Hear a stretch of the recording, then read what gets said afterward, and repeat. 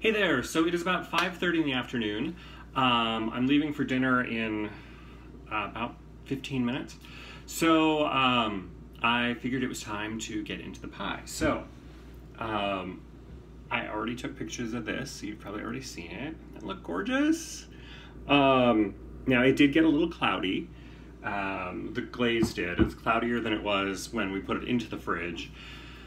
I'm not sure if that's because of the stuff that's in it or because of the fact that I put it in the fridge. I really don't know.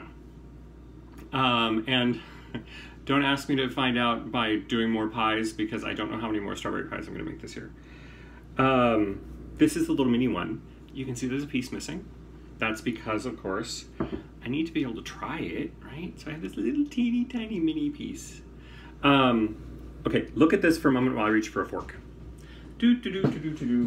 You can see the layer of cream cheese on the bottom. That's the white layer. And then you've got the strawberries and the glaze. The crust is a little thick on this because I was putting it into that small plate and wasn't sure how it would come out. So I was like, well, we'll make the sides a little stronger and then hopefully it'll come out easier. And it came out really easily.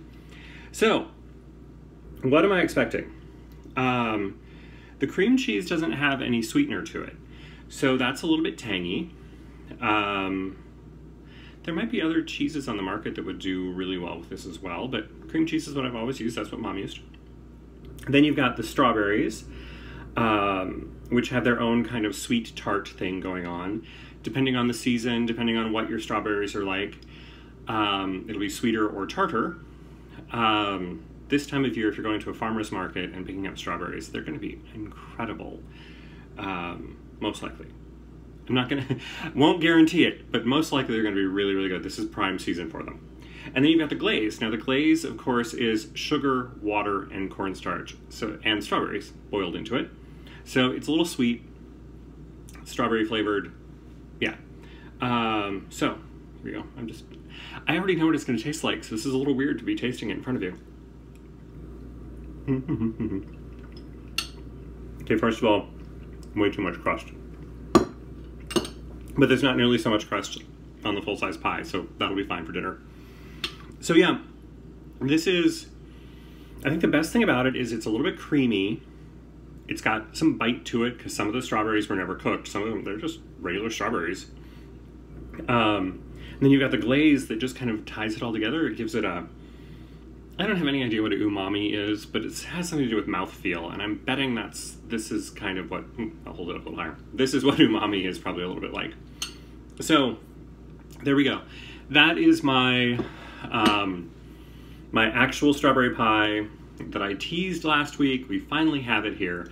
I really hope that you took my advice last week and went out and bought strawberries and we're all set for this, because it's really worth it. And honestly, it took maybe, with cutting up all the strawberries, and I did, because I was using a 10-inch pie pan, I actually did more than you normally would, because the glaze is going to work out.